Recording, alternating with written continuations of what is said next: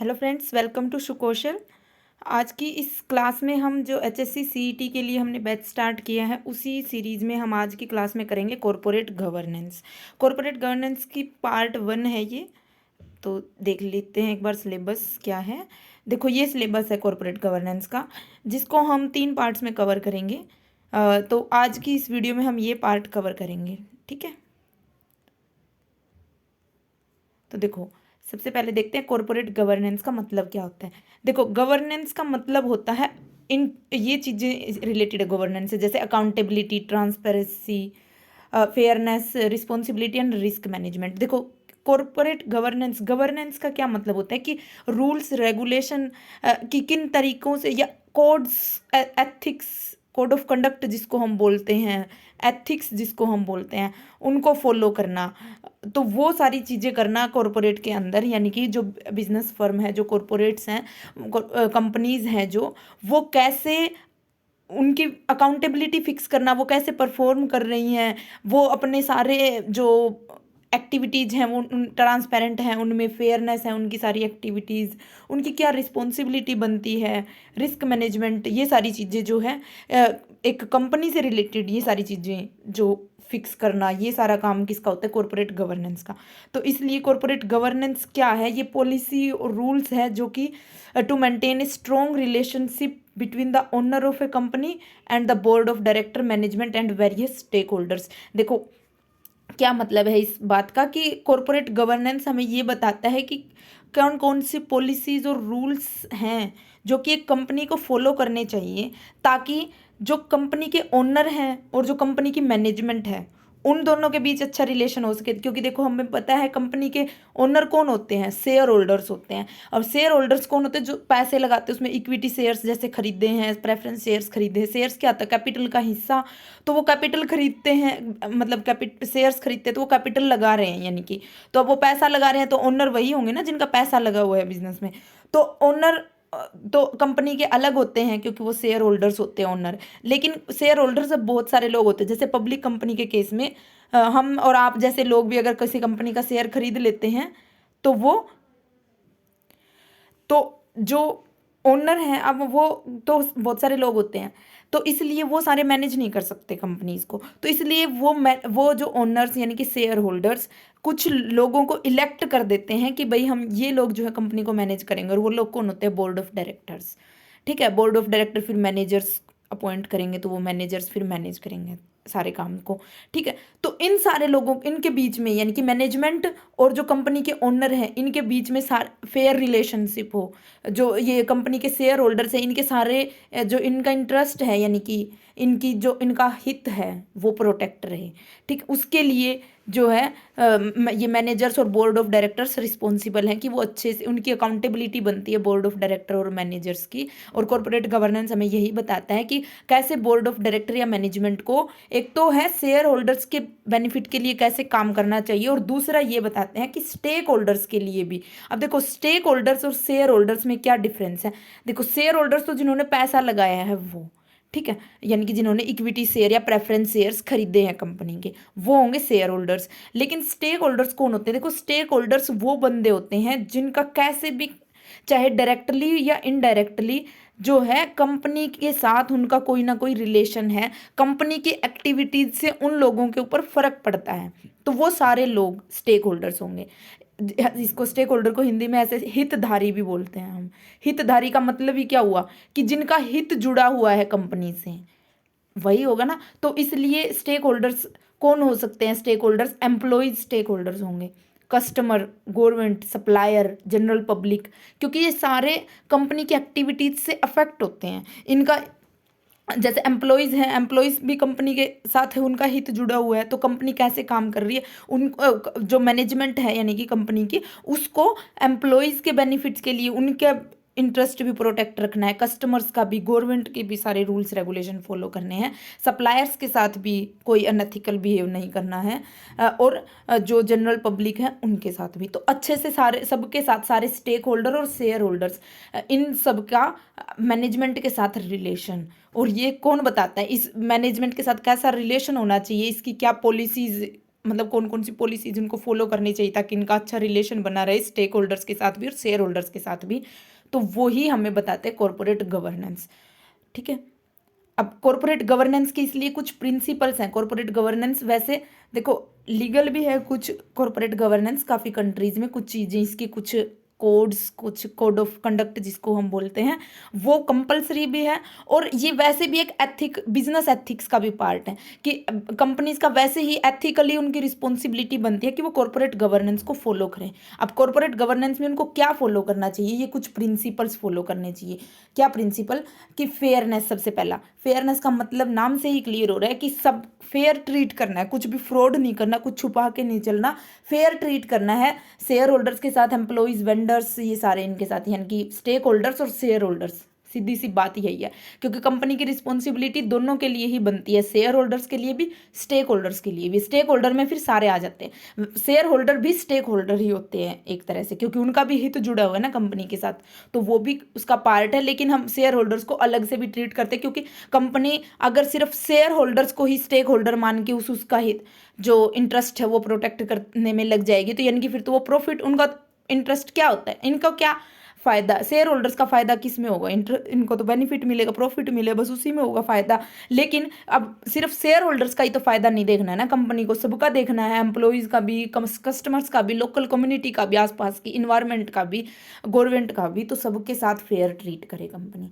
ठीक है, next transparency. देखो जो भी ट्रांसपेरेंसी का मतलब कुछ भी छुपा के नहीं रखना है कंपनी को, कंपनी के अंदर जो भी चल रहा है वो ट्रांसपेरेंट होना चाहिए। जैसे कि मैनेजमेंट से कुछ नहीं, मैनेजमेंट को जो बोर्ड ऑफ डायरेक्टर्स हैं जैसे उनके तो हाथ में ही होता है सारी चीज़ें, तो उनको शेयर होल्डर से कुछ नहीं छुपाना है, जो इन्वेस्टर्स हैं उनसे कुछ नहीं छुपाना है, जो सारी जो भी रिलेटेड मतलब रिस्क से रिलेटेड कोई चीज़ है, कोई इन्फॉर्मेशन है जो कि उनको अफेक्ट कर सकती है, वो इन्फॉर्मेशन जानना उन्हें जरूरी है। अब जैसे मान लो कि कोई लॉस हुआ है कंपनी में किसी चीज़ का, या आगे होने वाला है लॉस किसी चीज़ की वजह से, तो कंपनी अपने अकाउंट्स में उसको ना शो करे, तो अकाउंट्स में शो नहीं करेगी तो इन्वेस्टर्स को, और वो अकाउंट्स फिर पब्लिक में शोन होते हैं, तो पब्लिक में ही लोग, इन्वेस्टर्स भी उनके पब्लिक में ही होते हैं, तो इन्वेस्टर्स को वो दिखाना जरूरी है कि कंपनी के कैसे प्रॉफिट्स चल रहे हैं, कैसे कंपनी परफॉर्म कर रही है, तो वो सारी जो एक्टिविटीज़ है कंपनी की वो ट्रांसपेरेंट होनी चाहिए। ठीक है, अगर हम एम्प्लॉयज़ के लिए देखें तो एम्प्लॉयज़ को भी सारी चीज़ें पता होनी चाहिए, जो जो उनसे रिलेवेंट है वो उनमें ट्रांसपेरेंसी होनी चाहिए। ठीक है, रिस्क मैनेजमेंट। रिस्क मैनेजमेंट क्या है कि देखो जो मैनेजर्स हैं, अब ये देखो ये प्रिंसिपल्स किसको फॉलो करने होते हैं, बोर्ड ऑफ डायरेक्टर्स और मैनेजमेंट को। तो बोर्ड ऑफ डायरेक्टर्स और मैनेजमेंट को ये भी देखना है कि रिस्क कैसे मैनेज होगा, रिस्क को मिनिमाइज करने का काम करना है। ठीक है, क्योंकि देखो जो पैसा लगा हुआ है वो शेयर होल्डर्स का लगा हुआ है उसमें, और मैनेज कर रहे हैं ये बोर्ड ऑफ डायरेक्टर्स और मैनेजर्स। तो इन मैनेजर्स को, इन मैनेजमेंट को, इनकी बोर्ड ऑफ डायरेक्टर को शेयर होल्डर्स का जो पैसे का रिस्क है वो कम से कम करने की कोशिश करनी है। ठीक है, तो ये इस चीज़ से रिलेटेड है। नेक्स्ट है रिस्पॉन्सिबिलिटी। अब देखो उनकी रिस्पॉन्सिबिलिटी क्या है बोर्ड ऑफ डायरेक्टर और मैनेजमेंट की, यानी कि कंपनी की, क्योंकि कंपनी को वही मैनेज कर रहे हैं, तो उनकी रिस्पॉन्सिबिलिटी क्या बनती है कि वो फेयर काम करें, कंपनी के इंटरेस्ट में काम करें, इन्वेस्टर्स को फ़ायदा हो उस ऐसे इस तरीके से काम करें। उनकी रिस्पॉन्सिबिलिटी बनती है कि इन्वेस्टर्स ने जो पैसा लगाया है उस पैसे के बदले उनको अच्छा रिटर्न दे, उनको प्रॉफिट जनरेट करके दे, तो वो रिस्पॉन्सिबिलिटी बनती है उनकी। अकाउंटेबिलिटी भी कि अगर अब वो मैनेज कर रहे हैं, उनको कुछ जिम्मेवारी सौंपी गई है, तो वो अकाउंटेबल हैं, वो अकाउंटेबल हैं कि कंपनी कैसे काम कर रही है, कंपनी अपने फुल कैपेसिटी में अच्छे से काम कर रही है, कंपनी की पोटेंशियल परफॉर्मेंस कंपनी की, उस सब के लिए कौन अकाउंटेबल है, कौन जिम्मेवार है, जिम्मेवार कौन होंगे फिर कंपनी के मैनेजर्स, मैनेजमेंट और बोर्ड ऑफ डायरेक्टर्स, यही होंगे ना अकाउंटेबल। तो अकाउंटेबिलिटी फिक्स करना, transparency, risk management, responsibility, accountability, ये सारा जो प्रिंसिपल्स हैं ये कॉर्पोरेट गवर्नेंस के हैं। और ये आप ये भी लगा सकते हो कि कॉर्पोरेट गवर्नेंस में फिर क्या क्या चीज़ें कवर हो जाएंगी, तो यही फेयरली डील करना, ट्रांसपेरेंट रहना, ये जो है कॉर्पोरेट गवर्नेंस है। अब देखो इंडिया में क्या रेगुलेशंस हैं जो कॉर्पोरेट गवर्नेंस से रिलेटेड। देखो जो मिनिस्ट्री ऑफ कॉर्पोरेट अफेयर और security exchange board of India, ये सेबी और ये एमसीए, ये दोनों मेन रिस्पॉन्सिबल है corporate governance initiatives in India के लिए। तक यही जो है इस चीज़ को देखते हैं कि कॉर्पोरेट गवर्नेंस सारी कंपनीज फॉलो कर रही हैं या नहीं कर रही हैं। ठीक है, इससे रिलेटेड देखो सिक्योरिटी बोर्ड एक्सचेंज इंडिया, ये 1992 में बना था, इससे पहले सिक्योरिटी कॉन्ट्रैक्ट एक्ट था, ये रेगुलेट करता था। ये थोड़ी सी हिस्ट्री है इसके बारे में। और ये है कि फर्स्ट जो फॉर्मल रेगुलेटरी फ्रेमवर्क था कॉर्पोरेट गवर्नेंस के लिए, कि फॉर्मल किया गया था पहले, उससे पहले तो यही था कि भाई हाँ बस एथिकली फॉलो करने चाहिए कंपनी को, लेकिन वो कंपल्सरीली बाय लॉ जो है वो बनाने के लिए सबसे पहले जो कमेटी बनी थी ये कुमार मंगलम बिरला कमेटी। बस आपको थोड़ा सा याद रखना है कि कुमार मंगलम बिरला कमेटी किससे रिलेटेड थी, तो वो किससे रिलेटेड थी, वो इस कॉरपोरेट गवर्नेंस से रिलेटेड, ठीक है। और ये 2002 में नरेश चंद्र कमेटी भी बनी थी कॉरपोरेट ऑडिट और गवर्नेंस से रिलेटेड। और अब जो मैनेज करते हैं, देखो एमसीए और government of India have set up multiple organisation and charters like confederation of Indian industry CII और national foundation of corporate governance, और जो एक है ये हमारा institute of chartered accountant of India यानी कि आईसीआई। ये सारे जो बॉडीज़ हैं ये भी कॉरपोरेट गवर्नेंस को जो है मैनेज करती है, ठीक है, इंडिया में। नेक्स्ट देखो ये है 4 P's ऑफ कॉरपोरेट गवर्नेंस। इनकी 4 P's कॉरपोरेट गवर्नेंस से रिलेटेड क्या है, देखो पीपल, पर्पस, प्रोसेस और परफॉर्मेंस। ये क्या है कि जो ये 4 आइटम्स हैं यानी कि पीपल, पर्पस, प्रोसेस और परफॉर्मेंस, इन सारे चीज़ों में कंपनी को कॉरपोरेट गवर्नेंस के जो प्रिंसिपल्स हैं उनको फॉलो करना चाहिए। अब देखो पीपल से रिलेटेड क्या हो गया, पीपल कौन है कॉरपोरेट गवर्नेंस में, कौन होंगे, देखो शेयर होल्डर्स होंगे, investors, employees, lender, supplier, customer, society, auditor, यानी कि वो सारे जो स्टेक होल्डर्स हमने देखे थे वो शेयर होल्डर्स, इन्वेस्टर्स, ये सारे जो लोग हैं इनसे रिलेटेड है कॉरपोरेट गवर्नेंस, यानी कि इनके साथ फेयरली डील करना। कॉरपोरेट गवर्नेंस में यही था ना कि शेयर होल्डर्स और स्टेक होल्डर्स के साथ फेयरली डील करना। अब उसमें कौन कौन आएंगे, share holder, investor, employees, lenders, suppliers, customer, society, auditors, ये सारे लोग आएंगे, इनके साथ डील करना अच्छे से। दूसरा ये जो कॉरपोरेट गवर्नेंस है ये इसमें जो विज़न मिशन कंपनी का है वो कैसा होना चाहिए वो भी हमें बताता है। तो वो पर्पज़ में ये चीज़ें आ जाएंगी कि vision, mission, objective, strategy, plans, operational challenges, strategic management company का, वो सारी चीज़ें क्या हैं, वो कॉरपोरेट गवर्नेंस के अकॉर्डिंग ये सारी चीज़ें, यानी कि जो पर्पज़ है कंपनी का, पर्पज़ में अब सारी चीज़ें आ जाएंगी कि विजन, मिशन, ऑब्जेक्टिव जो भी है कंपनी का वो फेयर होना चाहिए, और वो जो शेयर होल्डर्स और स्टेक होल्डर्स है सबके बेनिफिट के लिए होना चाहिए। ऐसा ना हो कि कुछ उसमें फ्रॉड हो, ऐसा कोई पर्पज़ नहीं होना चाहिए, ठीक है। दूसरा है प्रोसेस। प्रोसेस क्या है कि बिजनेस प्रोसेस फेयरली होनी चाहिए। प्रोसेस जितनी भी होंगी जैसे system process, organisation process, integration, जो सप्लाई चेन की प्रोसेस है, तो इन सारी प्रोसेस के सारे स्टेप्स में कॉरपोरेट गवर्नेंस को फॉलो करना जरूरी है, ठीक है। नेक्स्ट है परफॉर्मेंस। परफॉर्मेंस क्या कि जो जैसे परफॉर्मेंस में इंक्लूड है benchmarks, measurement, analysis, diversification, quality assurance, compliance, whistle blower protection, तो ये सारी जो एक्टिविटीज़ हैं वो इंक्लूड है कॉरपोरेट गवर्नेंस में परफॉर्मेंस से रिलेटेड, कि कैसे जो है एनालिसिस कैसे होना चाहिए, फेयरली होना चाहिए, जैसे विसल ब्लोअर के एक्शंस, प्रोटेक्शन, ये सारी चीज़ें। ये वैसे इतना ज़्यादा वो नहीं है आपको डीप में डिटेल में समझना, बस आपको ये याद रखना है कि 4 P's कौन कौन से हैं, उनमें क्या चीज़ें इंक्लूड होती है, बस इनका थोड़ा सा मीनिंग पता होना चाहिए। पीपल, प्रोसेस, पर्पस और परफॉर्मेंस, मेन तो यही है कि चारों के नाम याद रखने हैं कि 4 P's ऑफ कॉरपोरेट गवर्नेंस क्या है, ठीक है। नेक्स्ट है कॉरपोरेट गवर्नेंस मॉडल्स।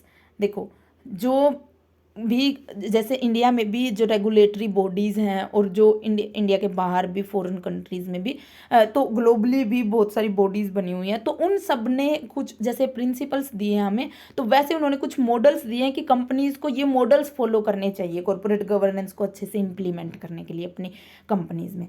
तो वो उसमें ही सबसे पहला और जो सबसे इम्पोर्टेंट और सबसे ये कह सकते हैं हम जो सबसे जाना पहचाना सा मॉडल है वो ये है एंग्लो यूएस मॉडल। ये यूएस का मॉडल है सबसे पहले तो, ठीक है। Recognised as Anglo section model of corporate governance इसको कहा जाता है। इस जो ये मेनली कहाँ ज़्यादा इम्प्लीमेंट होता है, ब्रिटेन, कनाडा, अमेरिका, ऑस्ट्रेलिया और कॉमनवेल्थ कंट्रीज़ इंक्लूडिंग इंडिया, ये सारी कंट्रीज़ जो हैं ये एंग्लो यूएस मॉडल को फॉलो करती हैं। ये किस पे मेन फोकस, आपको बस ये याद रखना है ज़्यादा तो, कि एंग्लो यूएस मॉडल में किस चीज़ को ज़्यादा ध्यान दिया गया है, क्योंकि देखो हमने बहुत सारे जैसे शेयर होल्डर्स, स्टेक होल्डर्स ये पढ़े कि कौन कौन लोग, पीपल कौन कौन से आते हैं, कॉर्पोरेट गवर्नेंस किसके लिए इंपॉर्टेंट है वो हमने पढ़ा। तो ये मॉडल्स है ना, ये हमें यही बता रहे हैं, कोई मॉडल तो किसी को ज़्यादा इंपॉर्टेंस दे रहा है, कोई किसी को। अब जैसे ये एंग्लो यूएस मॉडल जो है ये शेयर होल्डर्स ओरिएंटेड मॉडल है, तो शेयर होल्डर्स ओरिएंटेड मॉडल है, तो हमें ऐसे ही पता चल गया कि यानी कि शेयर होल्डर्स जो हैं जिन्होंने कंपनी में पैसा लगाया है, ये उनके इंटरेस्ट को प्रोटेक्ट करने के लिए की बात करता है एंग्लो यूएस मॉडल। तो ये इसीलिए ये जो शेयर होल्डर्स हैं उनके प्रोटेक्शन के लिए, और जो शेयर होल्डर्स में भी जो स्मॉल शेयर होल्डर्स हैं, स्मॉल इन्वेस्टर्स हैं, यानी कि जो जो जैसे इंडिविजुअल इन्वेस्टर्स, रिटेल इन्वेस्टर्स भी बोलते हैं जिनको, जो कि थोड़ी अमाउंट लगाते हैं कंपनी में, जिन्होंने कम शेयर्स खरीदे हुए हैं। क्योंकि देखो एक तो होता है इंडिविजुअल इन्वेस्टर्स, या जिसको हम रिटेल इन्वेस्टर्स भी बोलते हैं, जैसे आप और हम जैसे लोग, ठीक है, वो रिटेल इन्वेस्टर्स होंगे। और दूसरे होते हैं इंस्टीट्यूशनल इन्वेस्टर्स। इंस्टीट्यूशनल इन्वेस्टर्स कौन होते हैं, जैसे कि बैंक्स वगैरह, कोई इंस्टीट्यूट जब वो पूरी लार्ज अमाउंट में, जैसे वो कुछ परसेंट में ही शेयर्स खरीदते हैं कंपनी के, जैसे 10%, 5%, लेकिन हम लोग परसेंट में नहीं खरीदते, हम तो गिनतियों में खरीदते हैं, ऐसे 1 या 2 शेयर खरीद लिया, 5 शेयर खरीद लिए, 30 खरीद लिए, 100 खरीद लिए। लेकिन कंपनी के शेयर्स बहुत सारे होते हैं, तो वो उनका परसेंटेज ही खरीद लेते हैं, करोड़ों में खरीदते हैं वो, तो ठीक है, तो वो इंस्टीट्यूशनल इन्वेस्टर्स होते हैं। तो इसलिए जो ये एंग्लो यूएस मॉडल ये कहता है कि जो स्मॉल इन्वेस्टर्स हैं ना, उनको उनके इंटरेस्ट को प्रोटेक्ट करना है, और ये उसी को ज़्यादा एनकरेज करते हैं, स्मॉल इन्वेस्टर्स को, ठीक है, और लार्ज इन्वेस्टर्स को थोड़ा कम एनकरेज करते हैं। और बस आपको ये याद रखना है कि शेयर होल्डर्स ओरिएंटेड मॉडल है, शेयर होल्डर्स को ज़्यादा प्रेफरेंस दी गई है इसमें, ठीक है। नेक्स्ट, जो अगर आप जैसे यूजीसी नेट की भी प्रिपरेशन कर रहे हो ना, तो उसमें तो ये इंपॉर्टेंट है और भी, क्योंकि उसमें भी कॉर्पोरेट गवर्नेंस का एक टॉपिक है। तो उसमें तो आपको जैसे मैच द फॉलोइंग के क्वेश्चंस भी आ जाते हैं, तो उसमें एंग्लो यूएस मॉडल किससे रिलेटेड है, फिर शेयर होल्डर्स से, और ऐसे ही सोशल कंट्रोल मॉडल है, ये किससे रिलेटेड है, स्टेक होल्डर से। तो इसलिए वो मैच द फॉलोइंग का क्वेश्चन भी आ सकता है। सीईटी में क्या पता इतने डीप में क्वेश्चन ना आए, आ भी जाए तो आप कर लेना, याद तो रखनी है आपको कि एंग्लो यूएस मॉडल जो है वो शेयर होल्डर ओरिएंटेड मॉडल है, सोशल कंट्रोल मॉडल जो है वो स्टेक होल्डर ओरिएंटेड मॉडल है। और स्टेक होल्डर में कौन आ जाएंगे, जो सारे ही स्टेक होल्डर है, सिर्फ शेयर होल्डर्स को नहीं लेना हमें, हमें employees, customers, suppliers, investor, share holder सारे ही इंक्लूड हो जाएंगे इसमें, सिर्फ ओनली शेयर होल्डर नहीं, सारे के सारे जिनका भी हित है कंपनी से जुड़ा हुआ, वो सारे लोग, ठीक है। तो ये सोशल कंट्रोल मॉडल है। नेक्स्ट है जर्मन मॉडल। देखो जर्मन मॉडल, इसको यूरोपियन मॉडल भी कहते हैं। ये क्या है, ये है कि वर्कर्स जो है ना वो मेन स्टेक होल्डर्स हैं, वर्कर्स, एम्प्लॉयज़, यानी कि तो एम्प्लॉयज़ को इसमें मेन फोकस किया गया है, एम्प्लॉयज़ को। और ये इस जर्मन मॉडल में ये भी है कि एक सुपरवाइजरी बोर्ड होता है, एक एग्जीक्यूटिव बोर्ड होता है। सुपरवाइजरी बोर्ड जो बोर्ड ऑफ डायरेक्टर्स जिनको हम कहते हैं, जो कि शेयर होल्डर्स चुनते हैं, इलेक्टेड बाय शेयर होल्डर्स होता है, जो शेयर होल्डर्स वोटिंग करके चुनते हैं कि ये लोग जो हैं वो बोर्ड ऑफ डायरेक्टर होंगे, ये मैनेजमेंट देखेंगे कंपनी की, तो वो सुपरवाइज करेंगे मैनेजमेंट को, सीधी सी बात। और एग्जीक्यूटिव जो एक्चुअल में काम करते हैं, जो एक्चुअल मैनेजर्स होते हैं वो लगा लो, तो ये सुपरवाइजरी बोर्ड ही जो है वो इनको अपॉइंट करते हैं, इनके सुपरवाइज करते हैं, मॉनिटर करते हैं। तो एम्प्लॉयज से रिलेटेड हो गया कि वो सारे ही अब इस बोर्ड में के लोग और इसके लोग, तो बस यही कहता है जर्मन मॉडल कि जो वर्कर्स हैं, एम्प्लॉयज़ हैं, यानी कि उनके इंटरेस्ट को प्रोटेक्ट करना है हमें, मैनेजमेंट को, ठीक है। नेक्स्ट जो है वो है Japanese model. Sorry, Japanese model क्या है, ये कहता है कि जो इंस्टीट्यूशनल इन्वेस्टर्स है ना, उनके इंटरेस्ट को प्रोटेक्ट करे। ये जैसे कि बैंक्स, ये इंस्टीट्यूशनल्स जो, जैसे देखो उसका उल्टा हो गया ये एंग्लो का, क्योंकि एंग्लो क्या कह रहे थे कि जो स्मॉल इन्वेस्टर्स है ना, जो स्मॉल शेयर होल्डर्स हैं, उनके इंटरेस्ट को प्रोटेक्ट करना है। लेकिन जो जैपनीज मॉडल है वो ये कहते हैं कि जो सबसे ज़्यादा पैसा जिसका लगा हुआ है ना, उनके इंटरेस्ट को प्रोटेक्ट करना है, क्योंकि सबसे ज़्यादा पैसा जो है वो बैंक्स का या इंस्टीट्यूशंस का लगा हुआ है, तो इसलिए वही जो है वो लोन देते हैं कंपनीज को, तो उनका इंटरेस्ट प्रोटेक्ट करना जो है वो ज़्यादा ज़रूरी है, ठीक है, ये मॉडल ये कहता है। और नेक्स्ट जो है वो है हमारा इंडियन मॉडल। इंडियन मॉडल क्या है, ये दोनों को फॉलो करता है, जर्मन मॉडल और यूएस मॉडल। यूएस मॉडल में क्या था कि शेयर होल्डर्स को फॉलो करना, यूएस मॉडल वही था, एंग्लो यूएस मॉडल ये रहा। तो इसमें क्या था, शेयर होल्डर्स के इंटरेस्ट को प्रोटेक्ट करना। और जर्मन मॉडल में क्या था कि एम्प्लॉयज़ के इंटरेस्ट को प्रोटेक्ट करना। तो इसलिए जो इंडियन मॉडल है उसमें क्या है कि शेयर होल्डर्स और एम्प्लॉयज़ दोनों को ही जो है उनके इंटरेस्ट को प्रोटेक्ट करना, यानी कि एम्प्लॉयज़ के इंटरेस्ट को भी और शेयर होल्डर्स के इंटरेस्ट को भी। और वैसे जो इसमें जो है बाकी के स्टेक होल्डर्स भी आ जाते हैं, इंडिया में तो मिक्स मॉडल ही इम्प्लीमेंट होते हैं। ठीक है। और जो प्रिंसिपल्स हैं वो यही है कि ट्रांसपेरेंसी, इंटीग्रिटी, फेयर रिप्रेजेंटेशन होनी चाहिए, जो हमारे इंडियन मॉडल की है। नेक्स्ट जो है वो है पार्टीज टू कॉरपोरेट गवर्नेंस। देखो ये हमने देख भी लिया, पीपल जो हमने वर्ड देखा था उसमें कि कौन कौन से लोग जो है वो रिलेटेड है कॉरपोरेट गवर्नेंस से। तो कॉरपोरेट गवर्नेंस से रिलेटेड देखो, board of director, share holder, management, auditor, employees, customer, supplier, community, ये सारे लोग जो हैं वो इंक्लूडेड है। लेकिन जो जैसे बोर्ड ऑफ डायरेक्टर, मैनेजमेंट और ऑडिटर, ये लोग हैं, इनकी कुछ रिस्पॉन्सिबिलिटी भी है, क्योंकि यही लोग जो हैं वो कॉरपोरेट गवर्नेंस को इम्प्लीमेंट करते हैं। कॉरपोरेट गवर्नेंस फॉलो कर रही है कंपनी या नहीं कर रही, वो देखते हैं और करवाते हैं। जैसे बोर्ड ऑफ डायरेक्टर्स ही जो है देखते हैं, मेन तो रोल इन्हीं का होता है बोर्ड ऑफ डायरेक्टर्स का, दूसरा मैनेजर्स का होता है। और ऑडिटर का क्या होता है, ऑडिटर को वेरीफाई करनी होती है कंपनीज की डिटेल्स, तो वो फेयरली ऑडिटिंग करे, उनकी वेरीफाई करे ओके एक्यूरेसी की, तो वो फेयरली करे, सारे रूल्स रेगुलेशन कंपनी फॉलो कर रही है नहीं कर रही, ये चीज़ बताए। ये रिस्पॉन्सिबिलिटी है ऑडिटर की, और ये उसकी रिस्पॉन्सिबिलिटी ही कॉरपोरेट गवर्नेंस का प्रिंसिपल्स को फॉलो करके उसको अपनी ये रिस्पॉन्सिबिलिटी फुलफिल करनी होती है कि कॉरपोरेट गवर्नेंस को कि अच्छे से हो, वो फेयर हो, ट्रांसपेरेंसी हो, उनमें सारी चीज़ें अच्छे से हों। तो ये चीज़ करना, ये तीन तो जो है इसमें पार्टीज, ये क्या जो बोर्ड ऑफ डायरेक्टर, मैनेजमेंट और ऑडिटर, इनका तो है कि कॉरपोरेट गवर्नेंस को इम्प्लीमेंट करना, और किसके इंटरेस्ट को प्रोटेक्ट करना, शेयर होल्डर्स के, एम्प्लॉयज़ के, कस्टमर्स के, सप्लायर्स के और कम्युनिटी के, इनके। तो ये सारे लोग ही जो हैं वो इसमें इंक्लूडेड है। बस आपको तो याद रखने नाम कि कौन कौन किन किन से रिलेटेड होता है कॉरपोरेट गवर्नेंस। तो वो शेयर होल्डर, स्टेक होल्डर, बस एक नाम याद रख लो, स्टेक होल्डर। और स्टेक होल्डर में सारे आ जाते हैं वो जो कैसे भी करके, चाहे डायरेक्टली इनडायरेक्टली कंपनी से रिलेटेड है। ठीक है। नेक्स्ट जो है वो है मैकेनिज्म ऑफ कॉरपोरेट गवर्नेंस। देखो इंडिया में कॉरपोरेट गवर्नेंस का क्या मैकेनिज्म है, जो हमने देखा तो कि जो मिनिस्ट्री ऑफ कॉरपोरेट अफेयर्स है और सेबी है वो मेन रेगुलेट करती हैं। लेकिन कंपनीज एक्ट 2013 भी गवर्न करता है, primary legislation governing corporate governance in India, इसके लिए।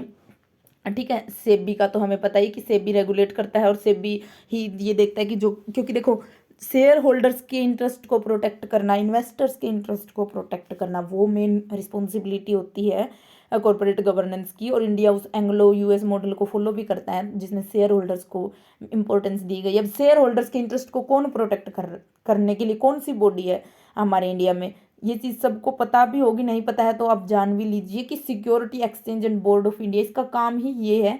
क्योंकि देखो ये क्या मतलब है, सिक्योरिटी एक्सचेंज, सिक्योरिटीज और एक्सचेंज, इनका क्या मतलब होता है कि जो जहाँ जब स्टॉक मार्केट में डीलिंग होती है ना सिक्योरिटीज में, तो उनको रेगुलेट करना, उनको मैनेज करना। क्योंकि देखो जो कंपनीज हैं, अब वो शेयर होल्डर्स कहाँ से ढूंढेंगी, शेयर होल्डर्स कंपनी में पैसा कहाँ जाके इन्वेस्ट करेंगे, स्टॉक मार्केट में जाके इन्वेस्ट करेंगे। तो स्टॉक मार्केट की रेगुलेशन सारी कौन देखता है, सेबी देखता है। तो सेबी ही जो मेन जो रेगुलेटर जो कह सकते हैं हम कॉरपोरेट गवर्नेंस के लिए, वो सेबी है इस तरह से। क्योंकि सेबी ही ये देखता है कि कौन कंपनी जो भी रजिस्टर्ड है किसी स्टॉक एक्सचेंज में, वो अच्छे से डील कर रही है या नहीं कर रही है, वो अपनी इंफॉर्मेशन ट्रांसपेरेंट रख रही है नहीं रख रही है, कोई भी वो अनफेयर डीलिंग तो नहीं कर रही है, अनफेयर प्रैक्टिसेस तो नहीं कर रही है। तो वो सारे काम कौन देखता है, सेबी देखता है।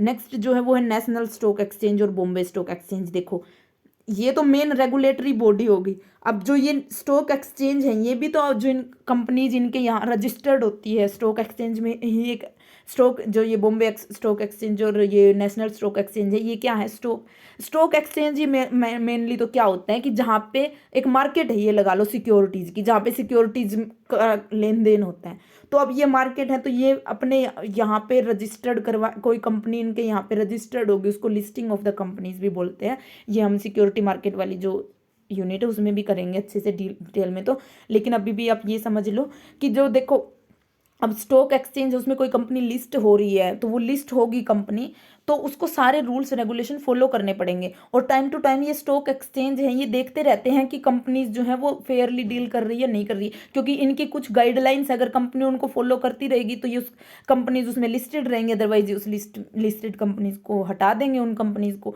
अपनी लिस्ट में से। तो इसलिए ये भी जो है कॉरपोरेट गवर्नेंस को मैनेज करती है, रेगुलेट करती है। ठीक है।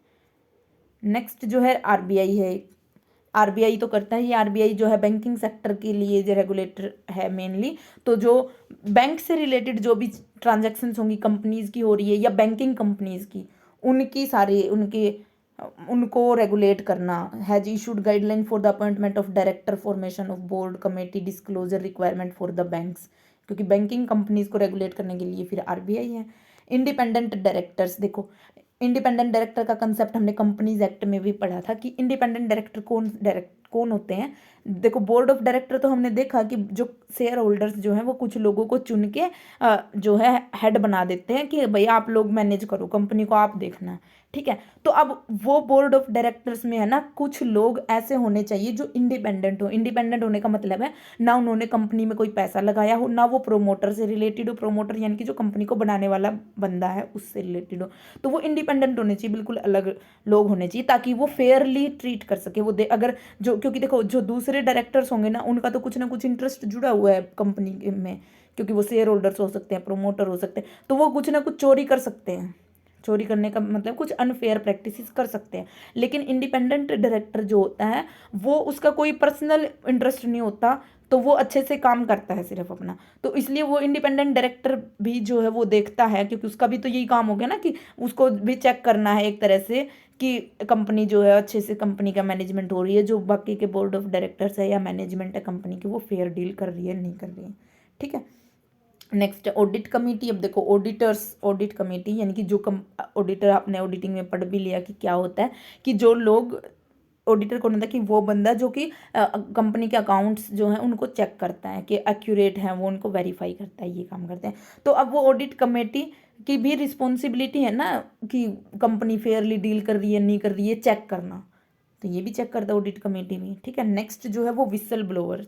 अब देखो विसल ब्लोअर्स क्या होते हैं कि जो लोग ये बता दें कि कुछ ना कुछ अनएथिकल हो रहा है, उसके बारे में पहले से ही इन्फॉर्म कर दे किसी ना किसी को, विसल बजा दें। विसल ब्लोअर होता है ना कि विसल ब्लो कर देते हैं, वो यानी कि विसल बजा देते हैं, पहले से ही घंटी बजा देते हैं कि कुछ ना कुछ गलत हो रहा है अंदर, ठीक है। कोई भी एम्प्लॉय हो सकता है, वो कुछ भी हो सकता है। तो वो विसल ब्लोवर्स जो है, विसल ब्लोइंग पॉलिसी कंपनी की होगी, जो अगर जैसे कंपनी ने विसल ब्लोइंग पॉलिसी बना रखी है अपनी, ये बनाना वैसे कंपलसरी भी है कुछ कंपनीज के लिए जैसे, तो विसल ब्लोइंग पॉलिसी होगी तो वो उसमें विसल ब्लोवर्स होंगे और उनके इंटरेस्ट के प्रोटेक्शन के लिए सारी एक्टिविटीज़ हो रही होंगी उस कंपनी में, जिस कंपनी में विसल ब्लोइंग पॉलिसी होगी।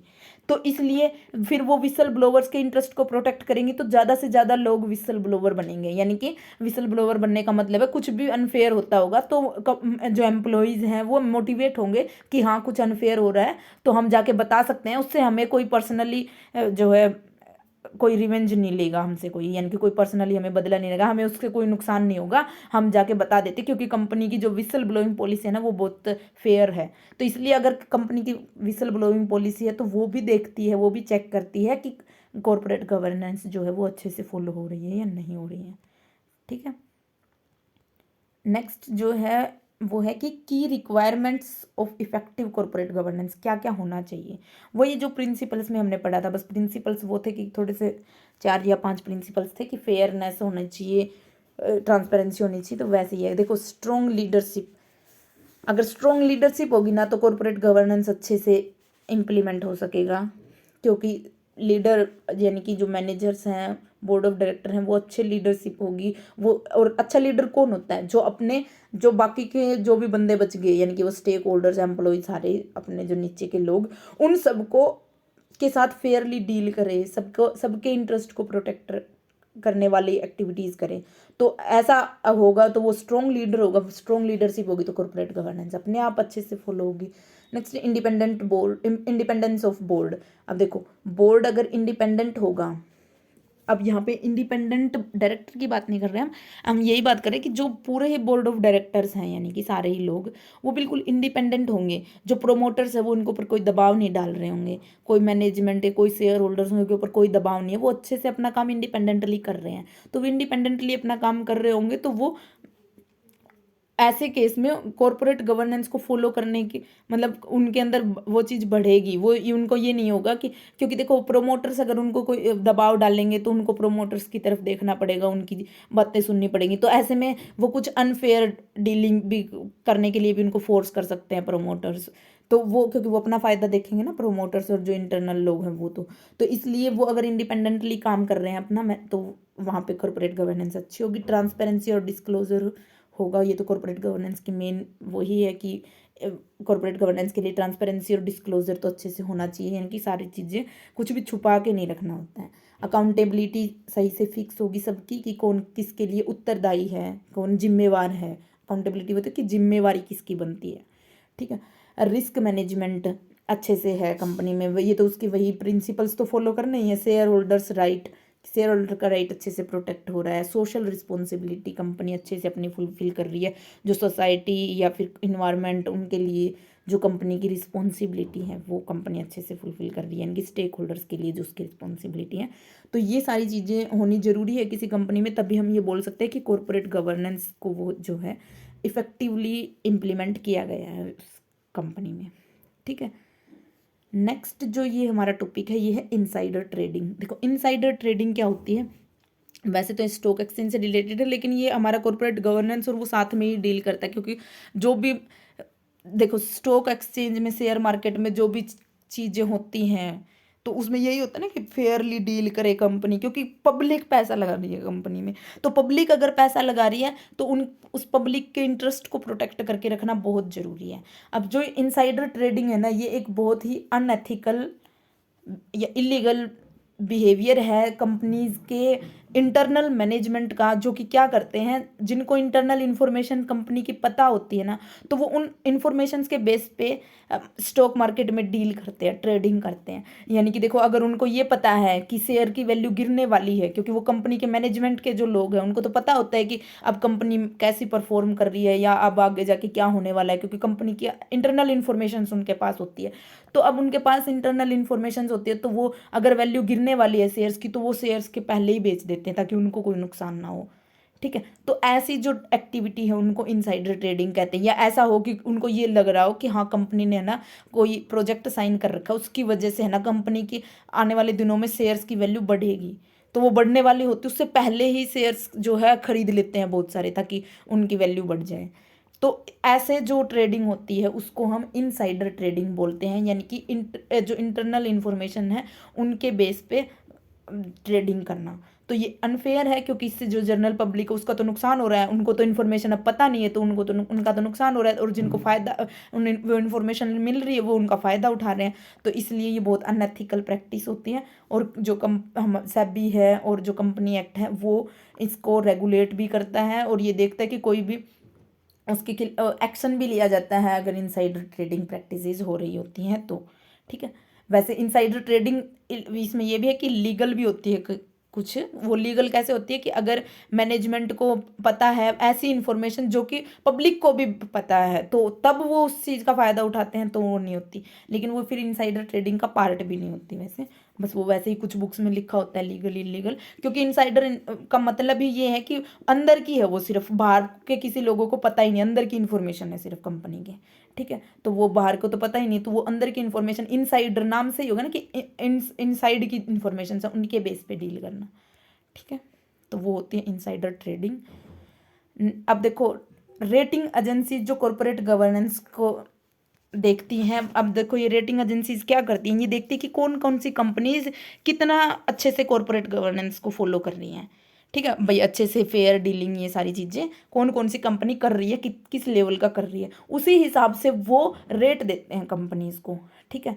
तो जैसे कि वैसे भी रेट देते हैं ना कि जैसे कंपनीज को रेट, यही मूडीज़ की रेटिंग आपने सुनी भी होगी अगर आप न्यूज़पेपर वगैरह पढ़ते होगे तो, और वैसे भी कुछ सब्जेक्ट्स में आती भी है कॉमर्स वालों के तो देखो ये क्या होती हैं, ये वही कि भाई ये देना, रेट्स देना कंपनीज को कि कौन सी कंपनी जो है वो अच्छे से कॉर्पोरेट गवर्नेंस को फॉलो कर रही है। तो उसके लिए ये कुछ एजेंसीज हैं, जैसे institutional share holder service ISS, ये ग्लोबल लीडर है, provide corporate governance rating, research and advisory services देते हैं। ये देखते हैं, ये रिसर्च करके देखते हैं और ये देखते हैं कि कौन सी कंपनी जो है वो अच्छे से कॉर्पोरेट गवर्नेंस को फॉलो करे, उसके हिसाब से जो है रेटिंग देते हैं, ठीक है। नेक्स्ट जो है ये है गवर्नेंस मैट्रिक्स इंटरनेशनल, GMI, ये भी रिसर्च और रेटिंग एजेंसीज हैं। नेक्स्ट जो मूडी, जिसका नाम आपने सुना भी होगा, मूडीज इन्वेस्टर सर्विस, ये मूडी भी क्रेडिट रेटिंग देती है। ये क्रेडिट रेटिंग का मतलब है कि क्रेडिट देने के लिए ये कंपनी कितनी कैपेबल है, यानी कि इसमें इन्वेस्टर्स को अपना पैसा लगाना चाहिए या नहीं लगाना चाहिए, उसके लिए। तो अब वो उसमें वो कॉर्पोरेट गवर्नेंस की प्रैक्टिसेस भी देखती है कि, और कॉर्पोरेट गवर्नेंस को की प्रैक्टिसेस को भी रेट देती है। क्योंकि देखो, कोई इन्वेस्टर है वो पैसा लगाएगा किसी कंपनी में, तो वो ऐसी कंपनी में ही लगाना चाहेगा ना जो अच्छे से कॉर्पोरेट गवर्नेंस को फॉलो कर रही हो, क्योंकि कल को उसका भी तो पैसा लगेगा। तो वो अगर अनफेयर, पहले से ही अनफेयर डील कर रही है, तो उसका पैसा डूब सकता है या उसको कुछ नुकसान हो सकता है, वो उसके पैसे का गलत यूज कर सकते हैं। तो इसलिए इन्वेस्टर ये देखेगा कि कौन सी, वो इन एजेंसीज की रेटिंग देखेगा कि ये एजेंसी जो हैं ये उस कंपनी को क्या रेट दे रही है कॉर्पोरेट गवर्नेंस के मामले में। तो इसलिए ये जो मूडीज इन्वेस्टर्स हैं, S&P ग्लोबल रेटिंग है, ये भी क्रेडिट रेटिंग एजेंसी है। ठीक है, क्रेडिट रेटिंग का वही मतलब होता है कि क्रेडिट दे रहे हो आप, क्रेडिट यानी कि उधार दे रहे हो अगर कंपनी को, यानी कि पैसा लगा रहे हो आप कंपनी में, तो वो कौन सी कंपनी सही है उसके लिए, कौन सी नहीं है, उसकी रेटिंग देना, उसकी कैसी क्रेडिट वो है, वर्दीनेस है कंपनी की, कैसी कंपनी की फाइनेंशियल पोजीशंस कैसी चल रही हैं, कंपनी आपका पैसा मतलब वो क्रेडिट लेने के लायक है या नहीं है, कि वो सारी चीज़ें बताना, तो वो क्रेडिट रेटिंग होती है। तो ये क्रेडिट रेटिंग एजेंसीज भी कॉर्पोरेट गवर्नेंस को की रेट को भी रेटिंग देती है। और ये स्पेसिफिकली ये और भी हैं जो, जैसे इंस्टीट्यूशनल शेयर होल्डर्स सर्विस और गवर्नेंस मैट्रिक इंटरनेशनल। ठीक है, बस आपको इनके नाम याद रखने, रेटिंग एजेंसीज कौन कौन सी हैं।